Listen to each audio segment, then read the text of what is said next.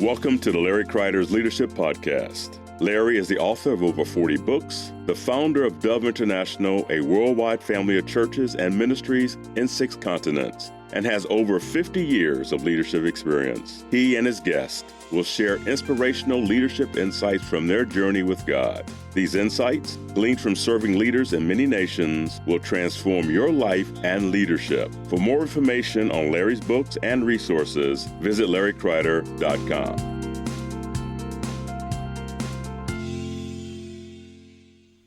Larry Kreider here with the Larry Kreider Leadership Podcast. So glad you've joined us today. With me in the studio today are Brian and Kim Zimmerman. Welcome, guys. Hi. It's great to be with you. Yeah. Hey, it's great to have you here. We're going to talk about leadership. We always do. Learning these things about leadership, these things that can help others in leadership, obviously, especially younger leaders, but really anyone. I learned so much here as I interview people week after week.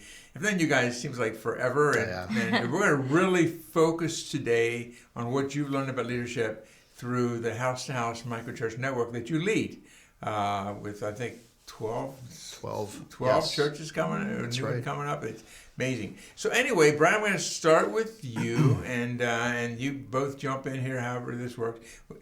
Let's talk about your story a bit. I mean, Kim had you on before and told your story a bit. Let's just hear your personal story a little bit, how you grew up, how you came to Christ. We just do a few minutes on that, and then we'll get into the microchurch stuff and leadership stuff you learned from that. So talk to me. You grew up in Lancaster County, right? I did, yeah. Born in Lancaster County, raised in the Brethren Church at a young age.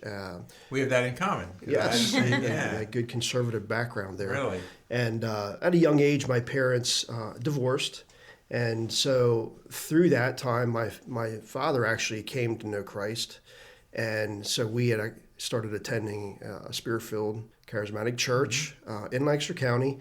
And I grew up in that church. Okay. And at a young age, through my teens, got involved in a youth group. And after I graduated, I met Kim. We were in high school together, and we started dating my senior year. And then after graduation, we started working with our youth group in that same church, local church, gave leadership there with the other leaders. And after a few years of that, they'd ask us to pastor that youth group.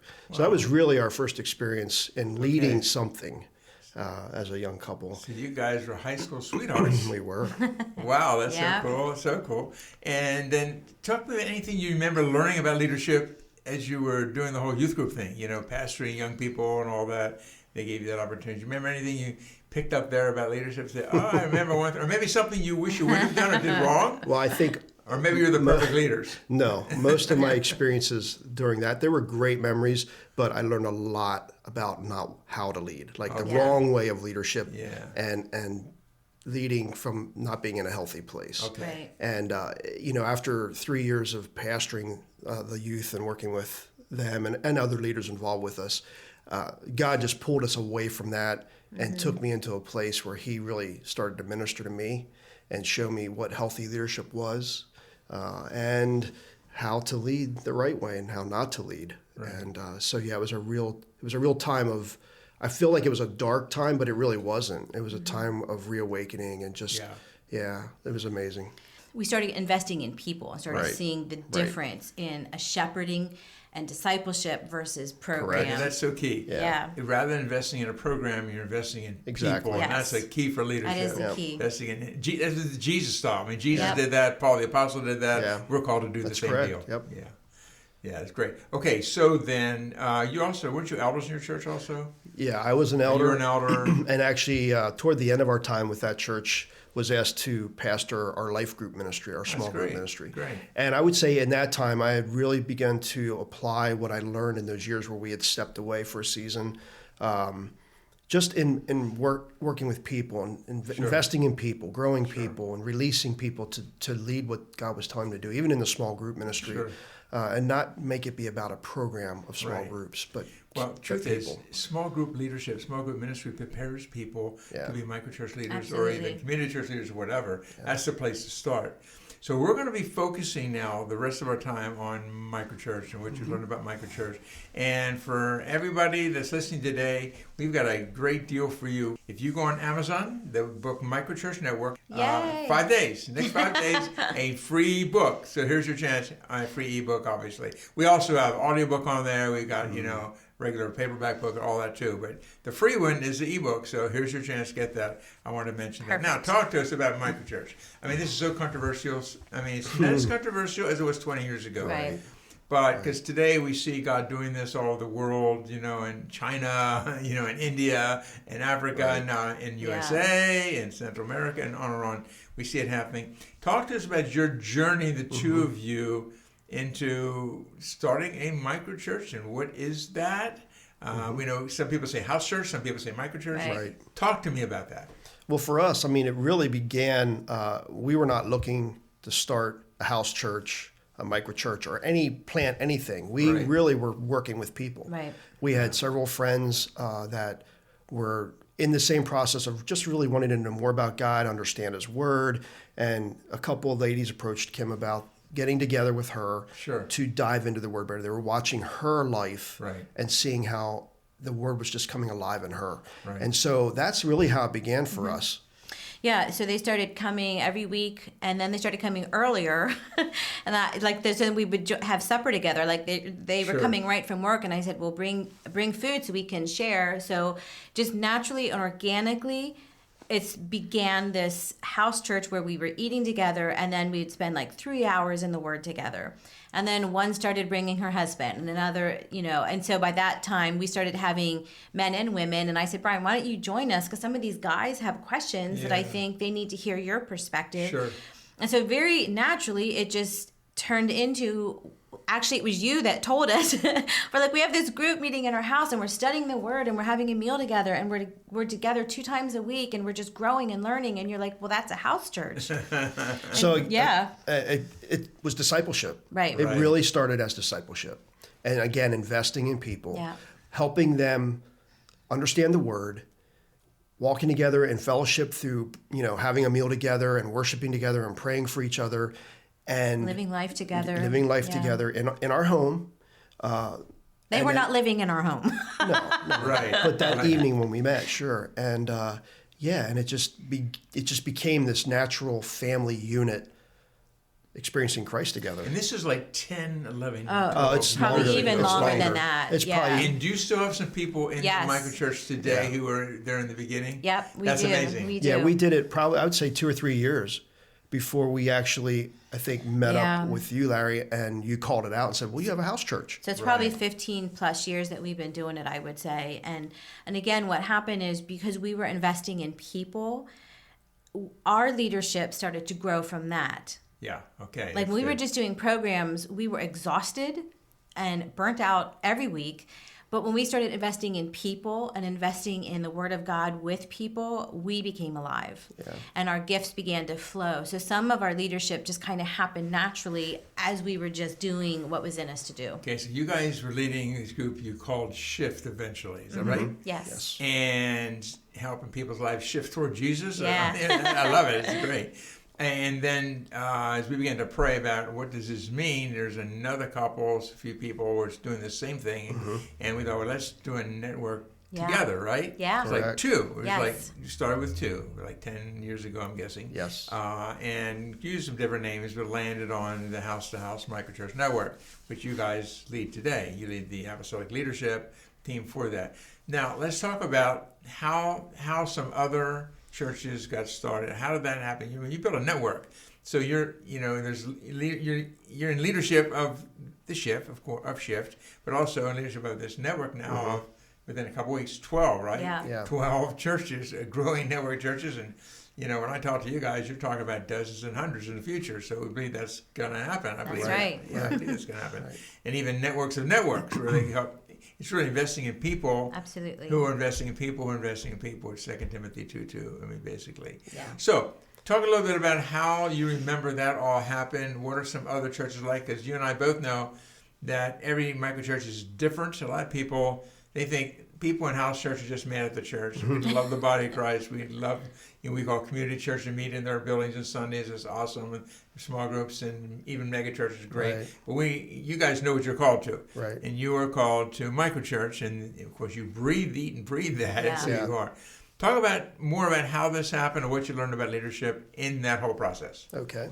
Well, yeah, I think for many years early in the network, we had 2 or 3 churches. And obviously our heart, I think, for the network, we were not in leadership in the network at that time, but our heart was to see the network grow. Right.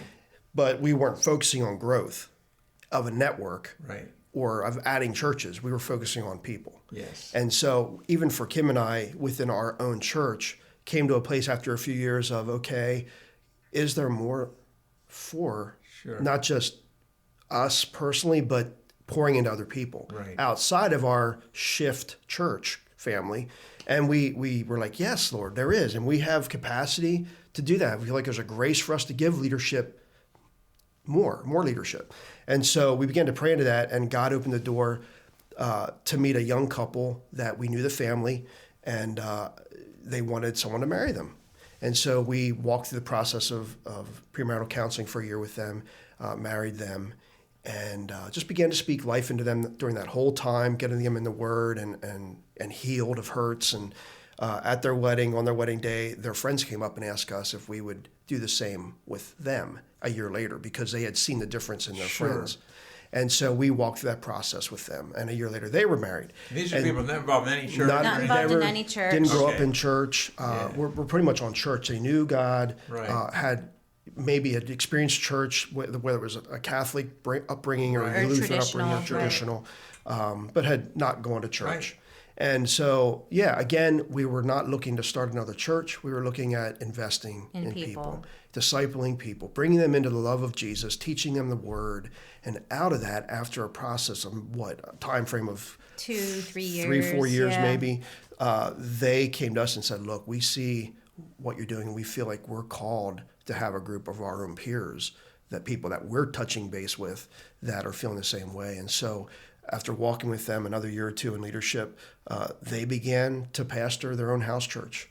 The first year or two of them meeting as a group, we gave oversight to it, and until it was time to release it to them to be leaders of it. And now they are a house church in our network. And so we've and over that time, that same time frame, we were getting some emails and calls from other people, some from within our area, some from outside of our area, that were feeling the same stirring. We're feeling not that they weren't mad with their church or they weren't leaving on bad terms. They were just being called to something new, a new wineskin, a new way of meeting as a community. And they wanted to push into that. So we just began to meet with them and pray with these different individuals through each of their own processes. And slowly, one by one, they began to see, yes, we're called to house church. We're called to start something in our home with another group of people.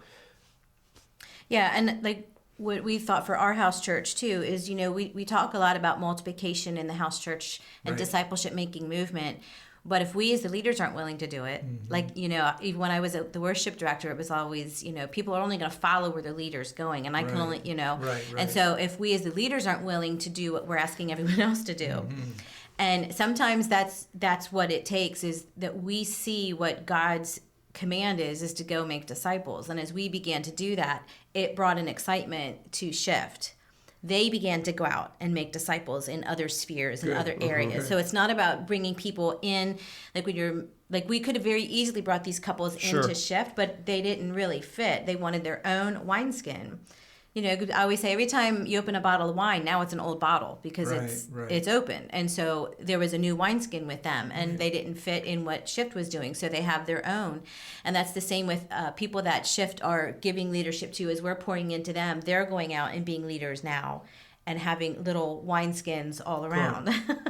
So the multiplication process. Absolutely. It is true. So I remember back 10, 11 years ago, when after you guys had started, and this other couple had started, it was like 2 microchurches, house churches we call them. And then that one, they over the next probably 8 years or 7 years, they planted 2 out of that. The original one, I remember, the purpose of God for that group was no longer there. It stopped. Yeah. And that was okay. They planted 2 more. And so these churches all have different names, right? Yes. That's right. Okay. And let's get practical. How do you handle things like finance? Does every church have their own checkbook? Or what about 501c3? What's that look like? Sure. So we'll start with the network. The network does have its own 501c3, which covers each church. If they choose to be a part of that, they can still be a part of the network and have spiritual covering with the network and have their own 501c3. But we do offer that for them if they want. Because we have some churches that are out of state. So it's easier for them to have their own 501c3. Right, and having their own 501c3 to help the ones locally just Absolutely. helps them. Yes. They don't have to go through the hassle in Pennsylvania and whatever. Right. That's right. So each church is its own autonomous church. They have their own checking accounts. They collect tithes and offerings, and then they, as the leaders and their leadership teams, would pray and discern where God is saying there's to sow. They give financially to the network also, which helps us to be able to take funds and pour it back into the leaders of each church and developing other house churches also. Now let's talk about training. Obviously you train leaders the whole discipleship process, but you also use a school. Talk about that, how that's worked, and we'll get that in the show notes for anybody, because that school really, anybody any place in the world can get that if they want to talk about that. That has been so valuable because, and I just talked with someone yesterday, like we're older. We've been through many. I think you're really young, but I get that. We've been through a lot of leadership training, a lot of leadership things, but what I valued when I went through the Dove Leadership School, I felt like I relearned healthy leadership with practical application every session. And I felt like it was a 9-month healing leadership school. Oh, that's really cool. Yeah, because every time, like what happened is we had been through some very unhealthy leadership and abusive types leaderships. And so we had a lot of healing to go through. And so every session we had at the school, it felt like there was just another strip, that's good. Peeled away that we're like, oh, now I can see clearly. Now I can see how to lead healthy. Now I can, move forward. So very valuable. The Dove Global Leadership School is many forms. One is it's right here in Lancaster County at Petra Christian Fellowship. Yeah. It's 9 weekends starting in September through May, one time a month, Friday night, Saturday. And you guys went through that. Yeah. And then there's people throughout the nation, they can do the streaming video. They can absolutely connect in, send questions in. Or Dove Global, Leadership Ministry School is also online. Anybody in the world can get it. As you go. And that's valuable too. And exactly. And we've seen. You guys. I think the last time I taught at that school, and we have teachers from many parts of Body of Christ who teach there. I think the last time I taught there, I counted at least 25. I think who came from the House Sales Managers Network. The network. Yeah. So that has really helped you and helped leaders and future leaders. Absolutely. It's another way to get trained. And obviously, we recommend books. And what are some books that have helped you? Well, I study leadership. I feel like if you're in a position of leadership, you're not done. Right. Because you should always be learning. You got to keep growing. So I read a lot of books that were not Christian based, like Leadership is an Art by Max Dupree. Yeah. It's an old book, but it's still quoted today in a lot of books that I read currently. Powerful books that I read on leadership outside of the Christian genre. And then I did study some good leaders in, I read your books on leadership and a lot of people around, and surrounding yourself with good leaders I think is valuable. If you see someone who is leading well, like I wanted to see how they did it and spent time with them and submitting to the process of leadership. Like I go back to, just because you're a leader doesn't mean you've arrived. No leader has arrived. No, you have to keep growing. It is a process. That's right. You have to keep growing and keep learning. And so I didn't just read books on good leadership. I read books on bad leadership, like learn how not to do it. Yeah, like toxic leadership and abuse in the church. I read those books because I didn't want to do that. I didn't want to be a bad leader. And so I think for us, like I'm the reader in the family, and so I would read, we would discuss, and we would pray, submit everything to God because He's the ultimate leader. Exactly. And we trust in God's leadership. So as He's teaching us through whatever we're reading or studying or whatever school we're at, we trust in God's leadership in the midst of that to help us be healthy and better leaders. So you would say, I'm sure, what you're saying behind the scenes would be that leaders need to keep growing. Absolutely. You never get to a place you learn it all. Read books, even if you disagree with some stuff, you're learning. Read books, in the talk process. To people, sit with leaders. And of course, some people don't like to read, would do audiobooks or do Brian, you do it well because Kim reads the books and then she tells you. And that's I just read the highlights in her book. I like that read. Too. I like to read Kim's highlights. Yes. I think it's great. For the record, I have 7 books sitting here right now, just for reference. Yeah. And speaking of books, we have the Micro Church Network's book, A Church for New Generation, which really, in fact, Brian and Kim's story is in here. The House Micro Church Network story is in this book. Yours truly, Larry Kreider, written that. And that, again, for you tuned in now, that is free for 5 days. Ebook free for 5 days, and all that's on the show notes. If you want to know more about our school, that's all in the show notes. all those things. If you want to connect more with this, now let's talk more about the network. Sure. Some of the churches are within driving distance Correct. of your house. Some are outside of that, right? Talk about that. Okay, yeah. Right now, so 10 of the churches are in our area, immediate area. We have 2 that are outside, like you just said. One is in New Jersey. Yeah. One is Michigan. And so we try to make a regular connection with them, whether it's through some type of virtual connection, Sure. Zoom or something, Sure. or if we can physically be there in their location. The New Jersey group is much easier. We can drive, or they can drive here. Right. It's about a 2-hour drive. The group in Michigan's a little harder to do that. So you are open to people being in the network that might Absolutely. be outside the area. Absolutely. And as we're growing, that is our heart, to see it to multiply out, and for us to be able to have more time to go and spend time with them, pouring into them and their leaders, helping them, grow into what God's calling for them in their area. Right. It is exciting right now. We, in the network, we are seeing amazing growth, and I don't mean that in just numbers. I'm talking about in people. Right. Like the team in Michigan, they are working with 4 or 5 groups of people right now that have the potential to actually multiply into house churches. Wow. And they're in different areas of Michigan, not just in their immediate area. And their heart would be to have their own network within the network. Exactly. That's who we are. Movement to movements, network and network, family. And it looks different for every church and every leader. Some just want to be, they want all their churches to connect to the network, and some want to be like if Shift had 7 churches that were planted by Shift, they might not all come in the network. It might just be Shift in the network. Right. Correct. And there's no right or wrong. Exactly. It's whatever the leader feels they need. And see, that's because you said It's it so well from the beginning. It's people. It's focusing on people rather than focusing on a program. Are there guidelines? Of course, we all need guidelines. Every family needs guidelines. But we're focusing people and helping people grow. Yeah. That is just fantastic. Give us a couple examples of different kinds of house churches, micro churches in the network, because they're really different. They all have their own name. And the real secret obviously is usually a church takes on the personality of their leadership. Right. Like you guys have a strong teaching church because you're a teacher. Talk about some of the different kinds of house churches. Well, they're different kinds.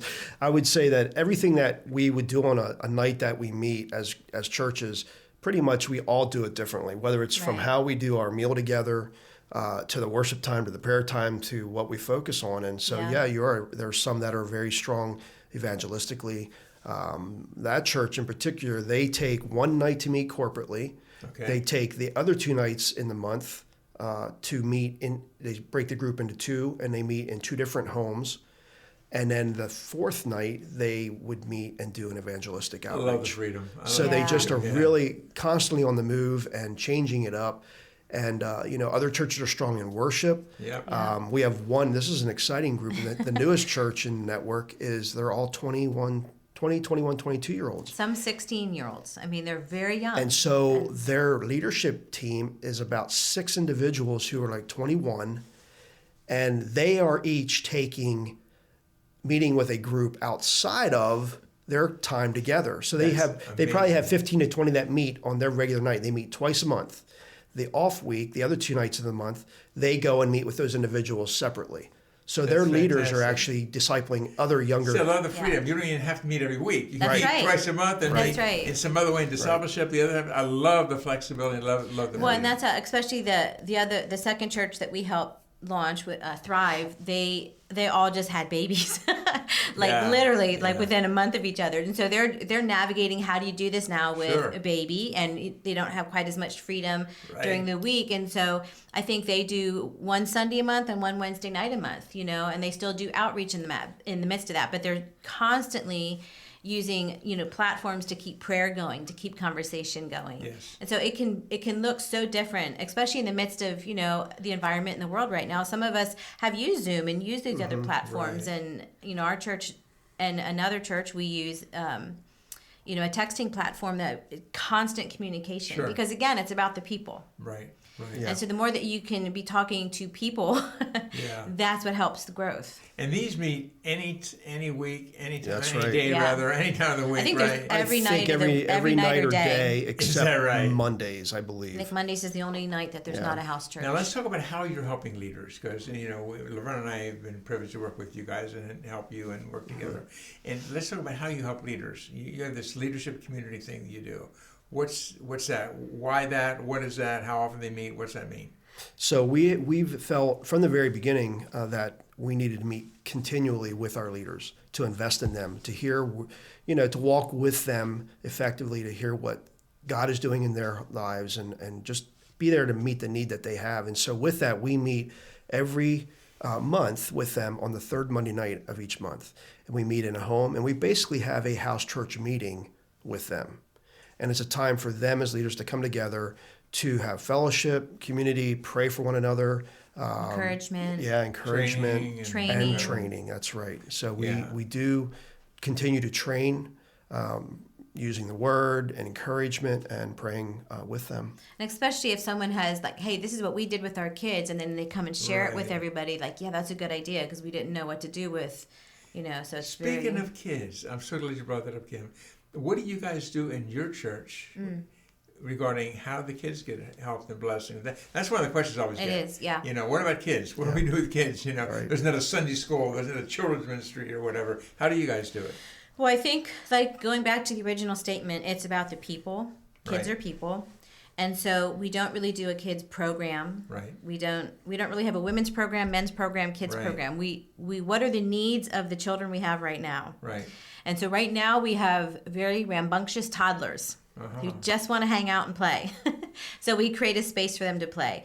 When we have elementary school kids, they usually come upstairs with us. And what we've done is, like, we have one right now that he has a Bible. We give him colored pencils, and he sits with us and follows along in the Bible, and he can color in his Bible. And then we ask him what did he learn that night, or he talks to his parents afterwards.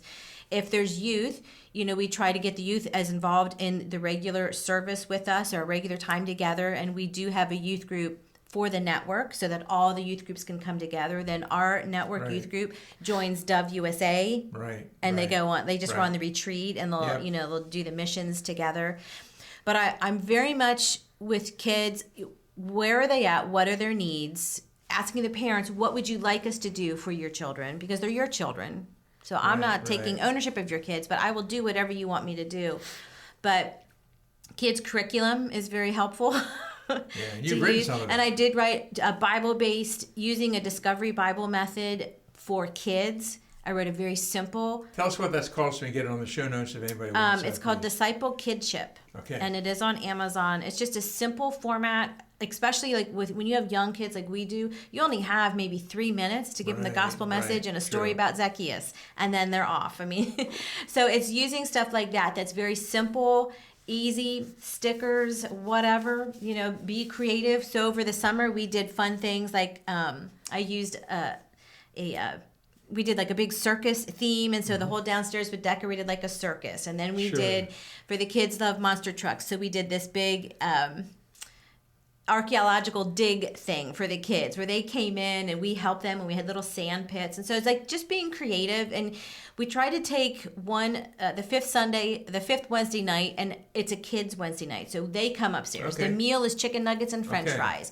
All the adults are doing the story with the kids. That's cool. Now, have you ever, I think you have, but tell me, have you ever hired anybody from outside who has a ministry in this area? Have you done that? Yeah, right now we have a young girl that, registered with, has her degrees in child development and things like that. And so we hire her, and she comes in and she works with the kids. She plays with them. She tries to do Bible studies with them, or little, just little reading or whatever, depending on the age. But that's been valuable to hire someone. Yeah, and one of the beauties of house church is just being able to constantly stay in a place of flexibility, being fluid to move in and out of seasons as the church changes or grows. So example, with the kids, we at one time had a lot of youth.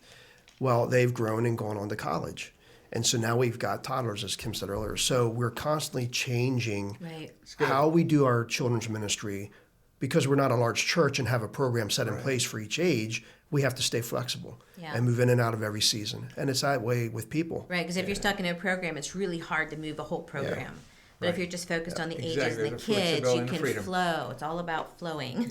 So you guys, shift churches, 20, 30 people or something like that? Yeah. Is that an average house church, micro church, or they're all over the map? They are all over the map. We have some that are 10 members, some that are 20. There might be one or two that are 30. Yeah, and then we have some that maybe are just 6. I mean, but there are a few that are smaller. Where 2 or 3 are gathered. You got it. That's what Jesus said. And that's still true today, isn't it? Yeah. Well, man, I can't believe it. We had 30 minutes already. This is going so fast. Any other leadership things that you've learned as you work with Micro Church and you work with the Lancaster, we're in Lancaster County, Pennsylvania, but the House Micro Church Network. Anything else that you want to say here in closing? You guys are smiling ear to ear, so you love what you're doing. Oh, we do. I mean, it's like new lease of life for you. Yeah. You're following what the Spirit of God is telling you. And just for everyone listening today, this Microchurch Network is part of WSA, the family churches, and WSA is part of the Denver International Family Church. There's accountability all around. It's not some people out on their own. We don't believe in people being out on their own somewhere. That was the old movement of house churches. They were just mad. That was the toxic movement. That was the toxic movement. Me and Jesus, No, there's accountability, there's oversight. We all believe in that. Right.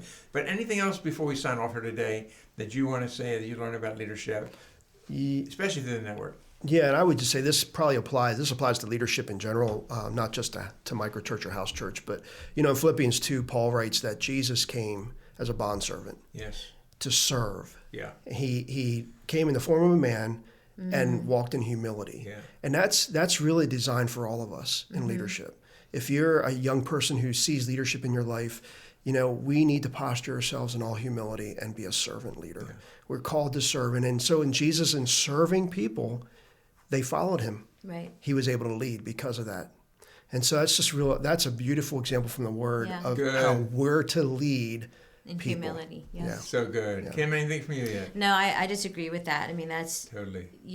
A lot of times young leaders want to make their mark and want to attain to leadership. And I think a lot of us that are seasoned live through that and realize I would much rather take the back seat and serve those, and like what Brian is saying, the posture of Jesus that in humility gave up his position to serve, to produce leaders who served. Yeah. I know you guys are in the midst of setting up a website for the House working on it. Right now, if somebody wants to get a hold of you, we just send them to doveusa.org and say, how do I get a hold of Brian and Kim Zimmerman? Yeah. And you guys will make a connection with them. You'd be happy to talk to anybody who has an interest or wants to know anything about microchurch, house church. And you guys have been doing this now for over 10 years, so you got some experience under your belt, and that really, really does make a difference. So glad you joined us today. I'll say one more time, the book, Microchurch Networks, The Church for New Generation, ebook is free, 5 days. It's the last book that I've written on microchurch. And a new church model is emerging to effectively reach this generation. It's happening all over the world, and it's coming to a town near you. It might be in your house. Right. And so, anyways, we're going to make all that's on the show notes. Check out the show notes. And I know you guys also, when I had you on before, Kim, we talked about City Gate House of Prayer. Yeah. You guys do a lot of stuff. You run a company. You run a roofing company. Somebody needs a new roof, they can contact you too, right? That's right. Correct. Absolutely. So, Brian and Kim Zimmerman, it is such a joy to have you on the podcast today. So good. It's been an honor. Thank you, Larry. Love serving with you, and we'll continue to do that and see what God does throughout the nation of the world. So, God bless you. And for everybody listening again, the Larry Kreider Leadership Podcast, basically, we're just learning about leadership. We're learning together how to be the servant leaders, you said it well, Brian, that we're called to be for the glory of God. So, see you back next week or anytime you want to check in on all of our podcasts. And we'd love serving you. God bless you. Thank you for listening to Larry Kreider's Leadership Podcast. If you want more information about any of Larry's books, daily devotionals, small group resources, or any other teachings, go to LarryKreider.com.